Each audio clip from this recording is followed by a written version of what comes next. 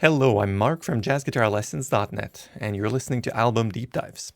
In this episode, we'll delve into the artistry of Hank Garland, and we'll talk about his first major jazz release, which is Jazz Winds from a New Direction, which would eventually give him the fame that he deserved and would place Nashville musicians in general in the American jazz scene once and for all.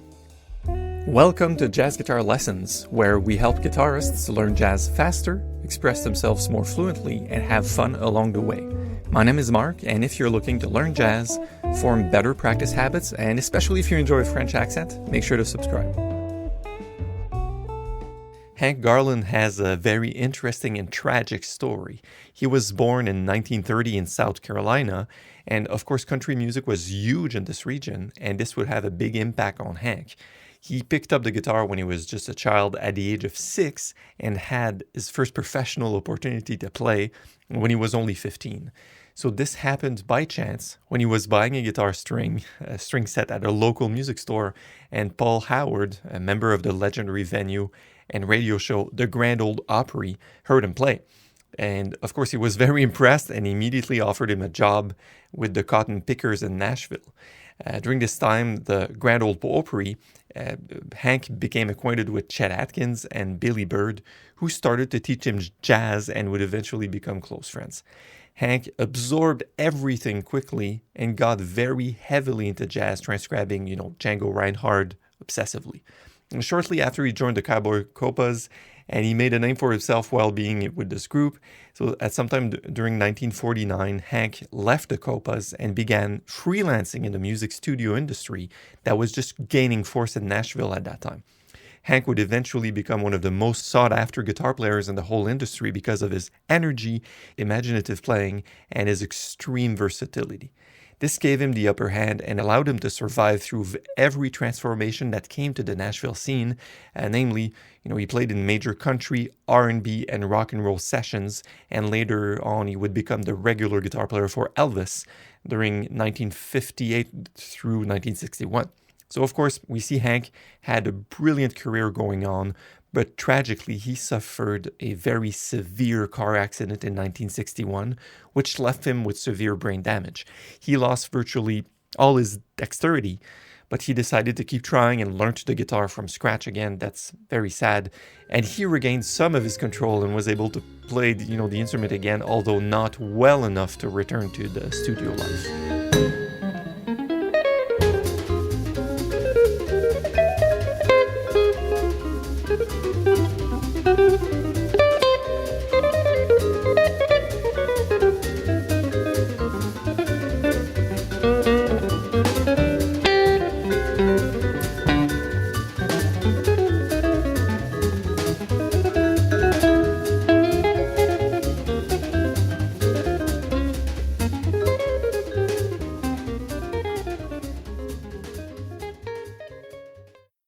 The album Jazz Winds from a New Direction was recorded on August 23, 1960. The stellar lineup of Hank Garland on guitar, the young Gary Burton on vibes, Joe Morello on drum, and Joe Benjamin on bass would go into the studio to record the 6 tracks that would give Nashville musicians their rightful place in the national jazz scene. Before this record, Nashville was purely a country and folk place, and people from all over the country couldn't believe that such tasty and agile bebop lines were coming from a Nashville guitarist. The album starts with Hammerstein II and Kern's All the Things You Are, of course, and the arrangement of the head is pretty distinct from the other versions, with Gary playing the melody on the A section, that's on the vibes, with straight eights, and Hank Garland weaving almost like Bach-like contrapuntal lines behind the vibes. The group goes into a swing feel for the B section to later go back to that last Baroque-tinged A section. Both Hank Garland and Gary on the vibraphone play great solos, showing off their raw talents and ability with their respective instruments. We can hear a clear country influence in Hank's lines, which sounds pretty amazing and fresh on this well-known standard. By the end of the tune, we listen to them trade 4s, of course, to then trade 2s. And this is a spectacular conversation between Hank and Gary, There's just so much energy and excitement into trading, and their communication is such that it seems that as if they're guessing each other's intentions by completing each other's phrases. Let's listen.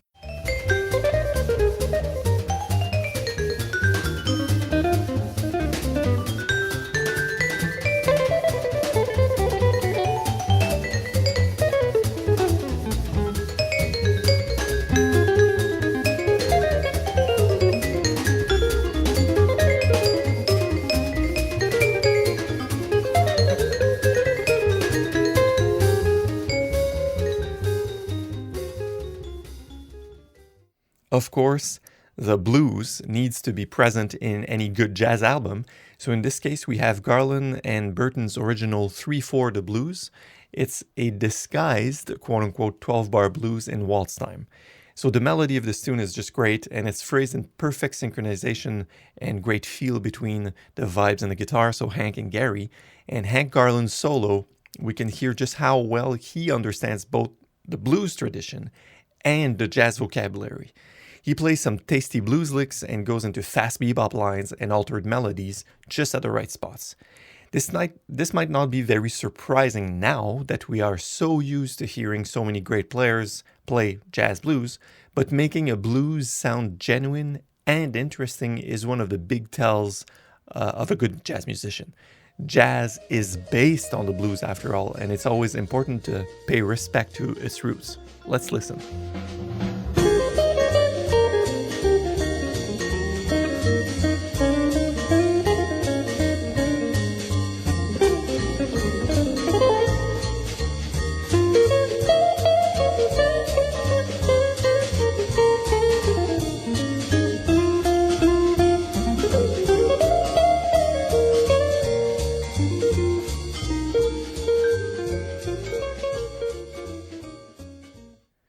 Next up, we have the famous rhythm changes, Move, written by Best and Walsh. Of course, if there's a jazz form where one can show off their dexterity and vocab knowledge, rhythm changes certainly comes to mind right away. Remember, we had All the Things You Are and then blues, and now we have a rhythm changes form. So the group plays this tune at a fast tempo, and Gary Burton takes the first solo. Hank's comping is superb, always keeping up with the momentum without getting in the solo sway. During Hank's solo, then we can really hear his bebop chops. He navigates the changes with great rhythmic and melodic sense, playing fast 8-note runs that outline the changes to perfection. It is true that Hank's swing feel doesn't flow as light as other players, but it's good to keep in mind that this was his first jazz recording as a leader at the very young age of 30, and he was just getting started and making a name for himself in this new genre.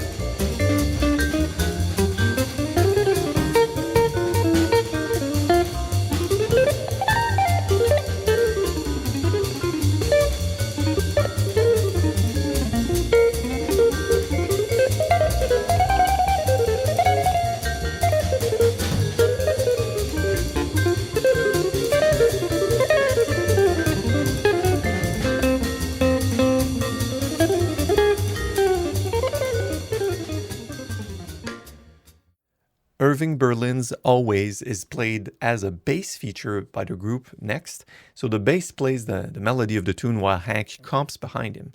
There are also no vibes, so vibraphone present on this track, which gives a refreshing sound to the tune. Because it is played with a relaxed mid-tempo swing feel, Hank's playing is very different than on previous tracks. His swing feels a lot stronger on this tune, and his laid-back phrasing really works well here. So this tune is perfectly in contrast with the more pushy pace of the previous tracks, and it shows Hank's control not only over the fast bebop language, but his control over the more lyrical side of jazz. Let's listen.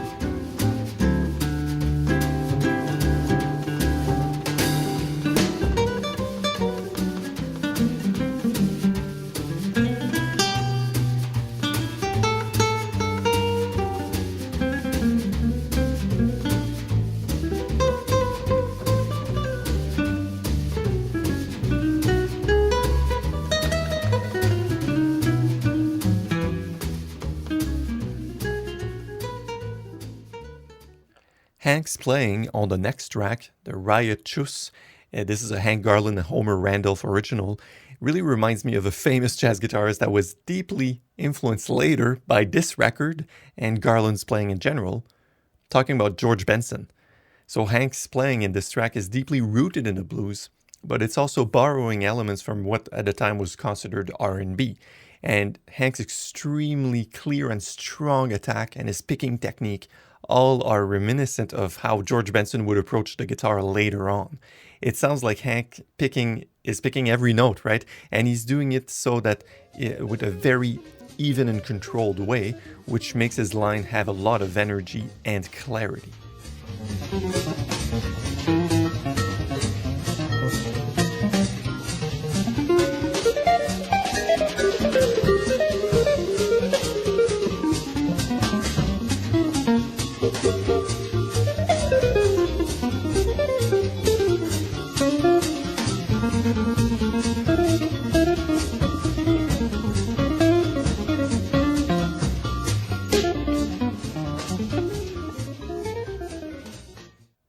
The last track on the album is Jimmy Gwynn's Relaxin'. Now, this tune is very aptly played at a swing ballad tempo and is beautifully bluesy. It is interesting to note that how carefully the tunes for this record seem to have been chosen, the order and everything. We've heard Hank playing over a blues, over a fast rhythm change, a couple mid-swing tempo tunes, a bluesy R&B influenced track, and now we get to hear him play over a swing ballad. So he's covering pretty much all of the tempos and styles that are expected from a professional jazz player, of course. It's hard to say for sure if Hank did this on purpose or in order to prove himself, prove that he had everything it takes to be considered a serious jazz musician, but it certainly gives the audience a good idea of his mastery of the jazz idiom on the guitar.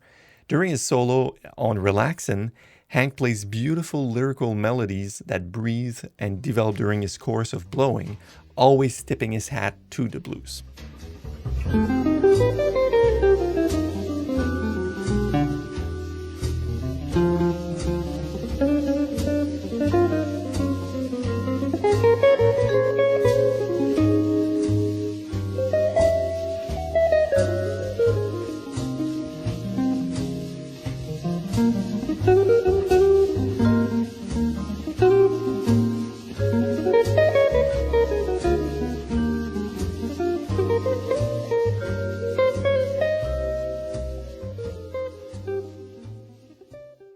Unfortunately, there are not many other jazz records released by Hank Garland due to his tragic incident right after recording this one.